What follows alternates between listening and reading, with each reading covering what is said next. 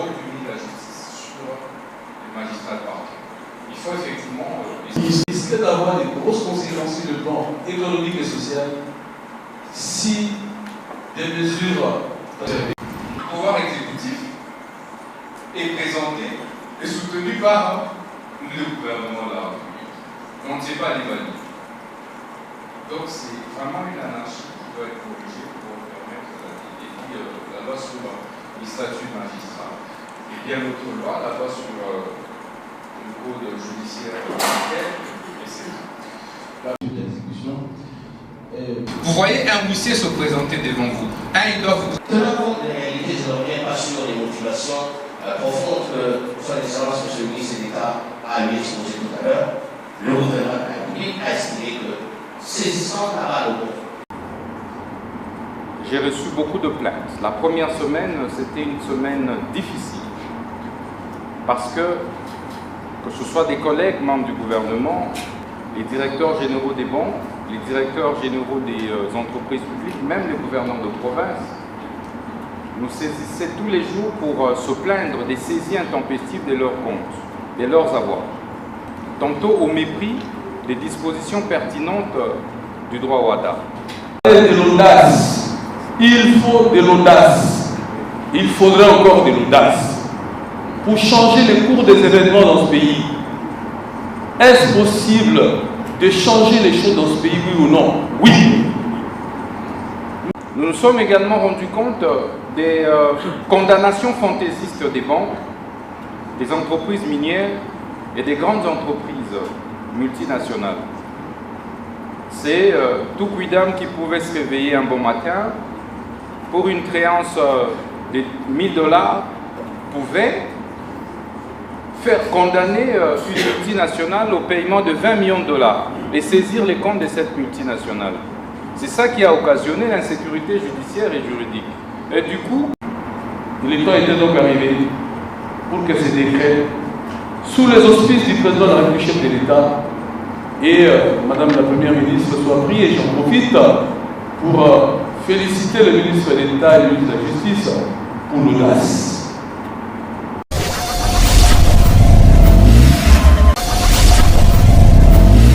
Abonnez-vous sur Okapi Communication. Abonnez-vous sur Okapi Communication. Abonnez-vous. j'ai reçu beaucoup de plaintes. La première semaine, c'était une semaine difficile. Parce que ce soit des collègues membres du gouvernement, les directeurs généraux des banques, les directeurs généraux des entreprises publiques, même les gouverneurs de province, nous saisissaient tous les jours pour se plaindre des saisies intempestives de leurs comptes, de leurs avoirs. Tantôt au mépris des dispositions pertinentes du droit WADA et même du droit interne. Et c'est pourquoi vous allez le remarquer que nous avons tout de suite mis en place des mécanismes d'arrestation de certains grands criminels économiques et financiers. Oui, on peut dire tout ce qu'on peut dire, mais c'est de cela qu'il s'agit. Le chef de l'État, magistrat suprême, après avoir reçu plusieurs doléances et après présentation d'une note d'information de son Excellence Monsieur le ministre du Portefeuille, les instructions étaient donc dictées de manière ferme au ministre d'État, ministre de la Justice, pour pouvoir réformer, trouver des solutions structurelles à ce problème qui jonchait notre système judiciaire et juridique. Nous nous sommes également rendus compte des condamnations fantaisistes des banques, des entreprises minières et des grandes entreprises multinationales. C'est tout quidam qui pouvait se réveiller un bon matin pour une créance de 1000 $, pouvait faire condamner une multinationale au paiement de 20 millions de $ et saisir les comptes de cette multinationale. C'est ça qui a occasionné l'insécurité judiciaire et juridique. Et du coup, tous les grands opérateurs économiques avaient maintenant de crainte à pouvoir faire des dépôts au sein de nos banques. Et nous nous sommes rendus compte, au-delà de ça, qu'il y avait également cette pratique de spoliation des biens, des maisons, d'autrui et de l'État. Suivant ces instructions, nous avons produit un premier texte sur la base de notre Constitution, donc de l'article 128 de notre Constitution, et du droit au HADA, article 50-10,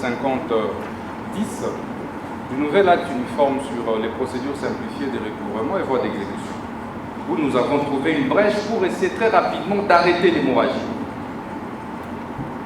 Sur la base de l'article 92 de notre Constitution, nous avons effectivement fait en sorte que ce soit la Première ministre qui puisse signer un décret contresigné par le ministre de la Justice et Garde des Sceaux.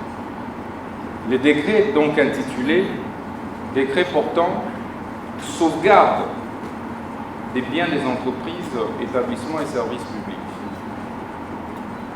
Dans ce décret, l'innovation majeure, c'est l'intégration de l'insaisissabilité des biens des entreprises publiques, services et établissements publics.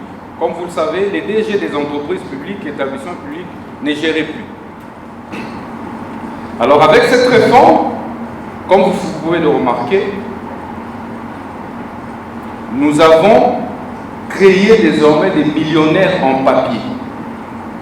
Donc tu as tes millions parce que tu as obtenu des décisions frauduleuses, mais tu te contentes de ce papier-là.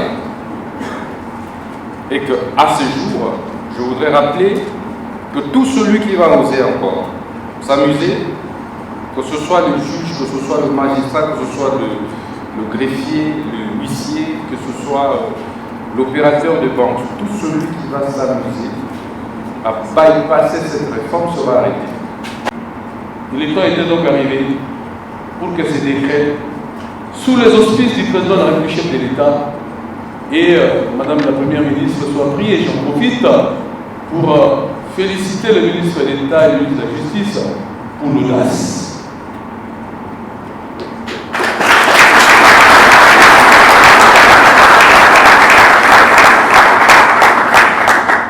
Il fallait de l'audace. Il faut de l'audace. Il faudrait encore de l'audace pour changer le cours des événements dans ce pays. Est-ce possible de changer les choses dans ce pays, oui ou non? Oui. Mais il faut des hommes et des femmes capables de pouvoir se dire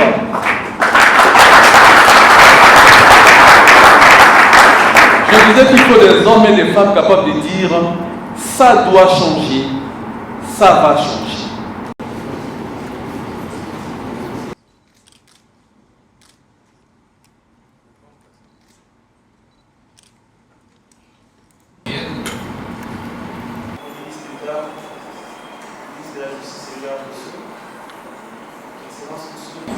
Des avoirs qui s'étaient organisés judiciaire.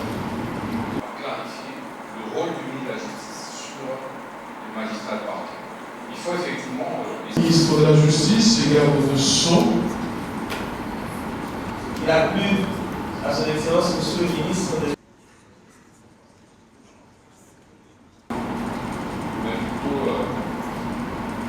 J'ai reçu beaucoup de...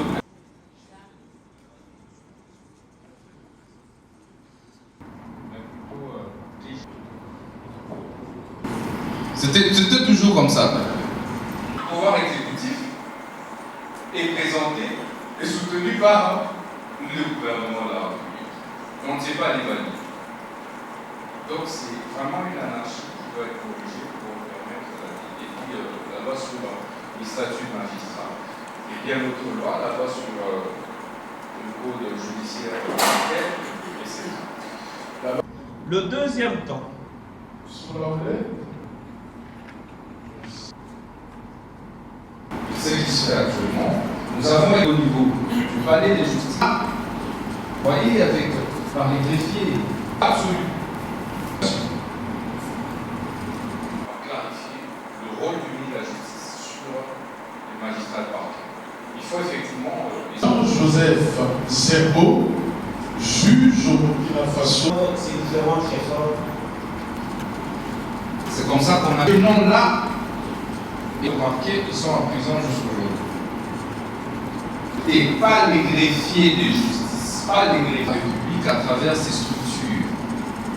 Et risquer d'avoir des grosses conséquences sur le plan économique et social si des mesures pénitentiaires. Avant nous, vous le savez, l'anarchie.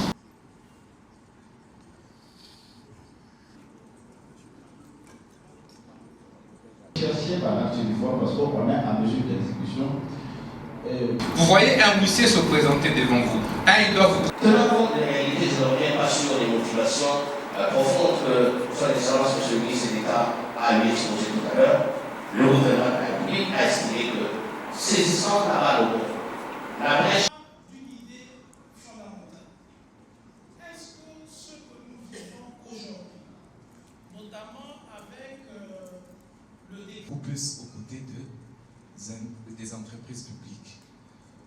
Moi, j'aurais recommandé que pour une telle question, les réformes, c'est bien.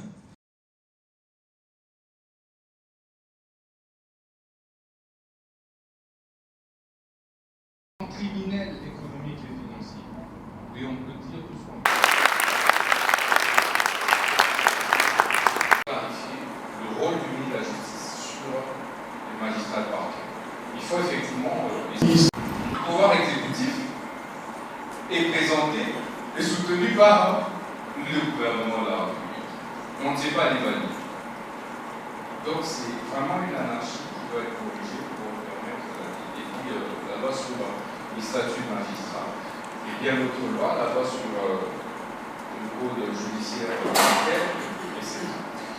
risquer d'avoir des grosses conséquences sur le plan économique et social si des mesures d'exécution. Vous voyez un huissier se présenter devant vous. Il doit vous. Tenant compte des réalités, je ne reviens pas sur les motivations profondes que son Excellence, M. le ministre d'État, a lui exposé tout à l'heure. Le gouvernement de la République a estimé que, saisissant la balle au bon. Le temps était donc arrivé pour que ces décrets, sous les auspices du président de la République, chef de l'État, et Madame la Première ministre, soient pris. Et j'en profite pour féliciter le ministre d'État et le ministre de la Justice pour l'audace. De l'audace. Il faut de l'audace. Il faudrait encore de l'audace pour changer le cours des événements dans ce pays. Est-ce possible de changer les choses dans ce pays, oui ou non? Oui. J'ai reçu beaucoup de plaintes. La première semaine, c'était une semaine difficile parce que ce soit des collègues membres du gouvernement, les directeurs généraux des banques, les directeurs généraux des entreprises publiques, même les gouverneurs de province, nous saisissaient tous les jours pour se plaindre des saisies intempestives de leurs comptes, de leurs avoirs, tantôt au mépris des dispositions pertinentes du droit au WADA. Nous nous sommes également rendus compte des condamnations fantaisistes des banques, des entreprises minières et des grandes entreprises multinationales.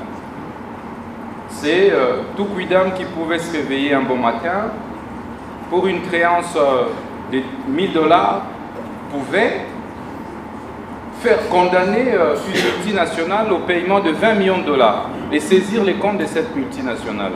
C'est ça qui a occasionné l'insécurité judiciaire et juridique. Et du coup...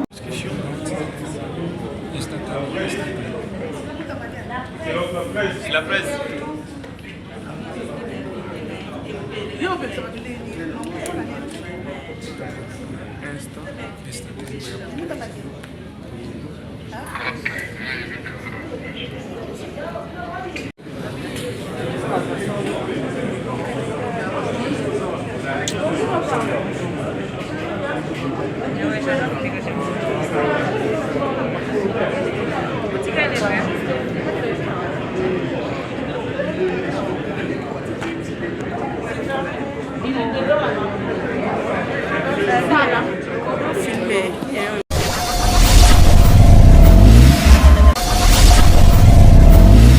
Abonnez-vous sur Okapi Communication. Abonnez-vous sur Okapi Communication. Abonnez-vous